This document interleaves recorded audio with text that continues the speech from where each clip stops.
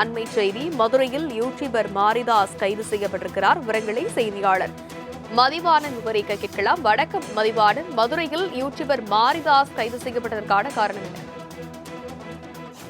வணக்கம் தன்னை பிரபல யூடியூபர் மாரிதாஸ் என்பவர் தெரிந்து வருகிறார்.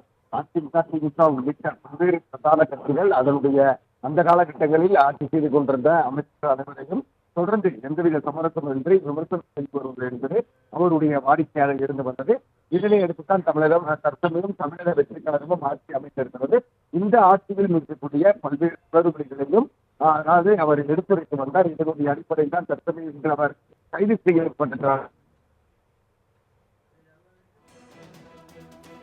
அவர் அழைத்துச் செல்லப்பட்டிருக்கிறாரா என்ற விசாரணையை நாம் தொடங்கியிருக்கிறோம். அதே சமயம் காவல்துறையினரை பொறுத்தவரையில் அதிகாலை 6 மணிக்கெல்லாம் மதுரை சூரியனர் பகுதியில் இருக்கக்கூடிய அவரது இல்லங்களுக்கு வந்து சேர்ந்தனர். தொடர்ந்து அவர் பல்வேறு விவரங்களை காவல்துறையினருடன் எடுத்து கூறியிருந்த தற்சமயம் சைபர் கிரைமிலிருந்து நாங்கள் வந்திருக்கிறோம் வாருங்கள் என்று அழைத்தவுடன் சென்னைக்கு அவர்கள் அழைத்துச் செல்லப்படுகிறார்கள்.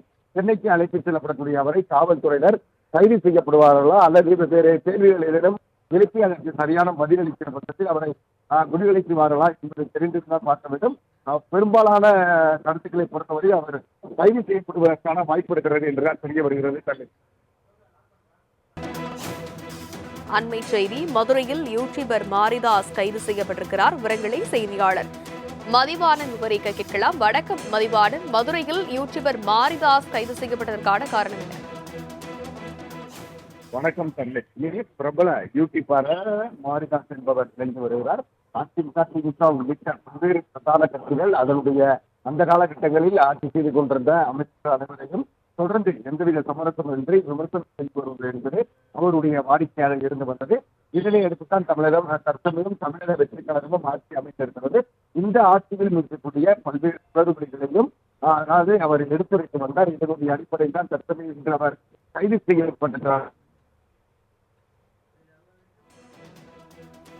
அவர் அழைத்துச் செல்லப்பட்டிருக்கிறாரா என்ற விசாரணையை நாம் தொடங்கியிருக்கிறோம்.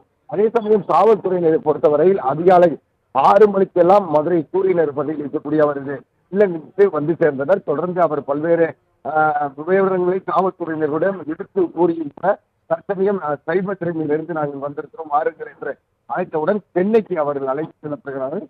சென்னைக்கு அழைத்துச் செல்லப்படக்கூடிய அவரை காவல்துறையினர் கைது செய்யப்படுவார்களா அல்லது வேறு கேள்விகளிடம் எழுப்பி அதற்கு சரியான பதிலளிக்கிற பட்சத்தில் அவரை விடுதலைக்குவார்களா என்பதை தெரிந்திருந்தால் பார்க்க வேண்டும்.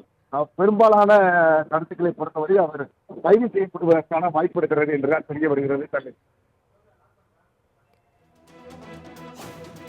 விவரங்களுக்கு நன்றி மதிவாணன்.